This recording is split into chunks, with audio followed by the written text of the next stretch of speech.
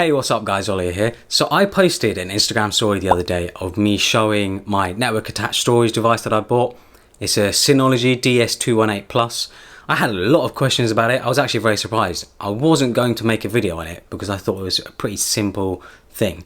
But I think a lot of people are sort of maybe on the fence of getting something like that. They don't really know how it works or what's the point of having one.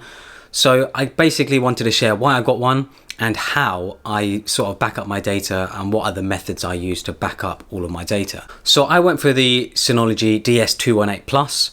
This is a pretty popular NAS storage device. I've seen a lot of reviews about it. I've seen it online and stuff, and that was mainly the reason why I got it. And Synology are known for tons of NAS devices, and I wanted to go with a brand which had lots of documentation, lots of support, and I know that lots of other people are using it. So, you know, when it comes to any sort of troubleshooting or any problems or anything, which I haven't had yet, and I don't think a lot of people will do anyway, but just in case, I wanted to be sure that the support was there. It comes in a pretty simple box. You don't get the hard drives, you do have to buy the hard drive separately, but in the box you get your Ethernet cable, your power cable, and that's really all you need. Setting it up is super simple. You just plug it in and then you plug the Ethernet cable into the back of your router. When it comes to hard drives, you do have to buy the hard drive separately, as I mentioned. I ended up going for the Western Digital red hard drives. I've read a lot of reviews about these and they seem very reliable for the price. So yeah, I ended up going with these. I ended up going for two 3 terabyte hard drives, so a total of 6 terabytes of storage. And the way a NAS usually works is that, for example, you'll have 2 bays like the one I've got has, and one bay will keep a copy of the other bay. So basically the hard drive is copying the other hard drive, so that in case a hard drive fails, you still have your data, you know, you still have it on the other hard drive. You never really lose anything. Now, the main reasons I went for a NAS was because I wanted to keep copies of my photos, videos, things like that. I wanted to be able to use it as a time machine backup for my Mac, so that if I lose my MacBook or whatever, you know, I can just restore it quite easily, fairly simply.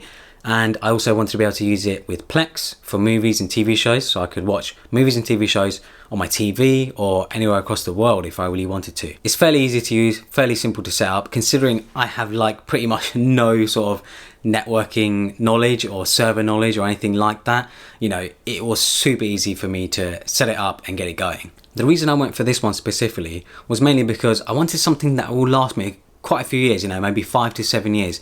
I didn't want to have to upgrade it constantly, and it has upgradable RAM too, so if I did want to upgrade the RAM, I can do that too. And I didn't want a big old computer that sits in the corner of my office, mainly because they use a lot of power and they're quite loud. A NAS is actually fairly small, and I was actually surprised at how small this one was. They don't use much power and they're not that loud at all either. So yeah, it was perfect for me, you know, having it just hidden away in the corner of my desk and not having to worry about it. That is the main reason why I got it. Now, as I mentioned, I use it to back up my photos and videos and keep time machine backups of my MacBook.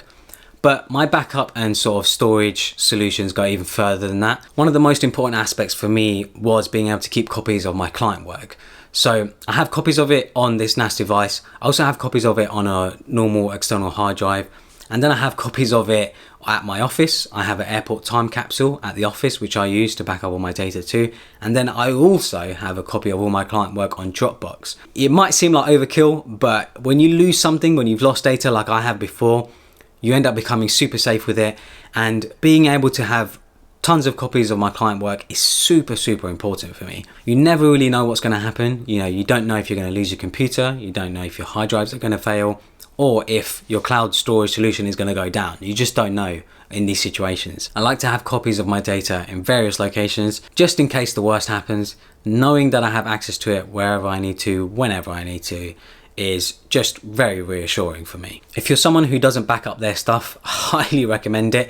You know, you don't really realize how important it is to back up your stuff until you lose something. You lose your computer or you lose your phone or whatever. Being able to have backups of it all just makes your life so much easier, knowing that if you lose your MacBook, if someone steals your MacBook or your hard drive fails or something, you just have a copy of it whenever you need to get access to it. So yeah, hopefully that gives you a sort of good outline of how I back up my data, what sort of methods I use. You know, I use like 3 or 4 physical locations, and then I use one cloud storage solution, which is Dropbox, to back up my stuff. You know, I think it's very important backing up your stuff, especially if you do client work, and even if you just have photos and videos that you've collected over years. I'm sure so many of you have lots of photos and videos that you've collected over the last decade, 2 decades or whatever. Knowing that you always have copies of those memories is pretty much priceless, because once you lose an important photo, it's gone forever. And yeah, it can be upsetting. And I've had lots of friends and family who have lost all sorts of photos and videos, and you know, they just didn't back up their stuff.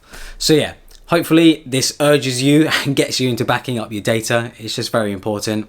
Hopefully you guys enjoyed this video, and thanks for watching.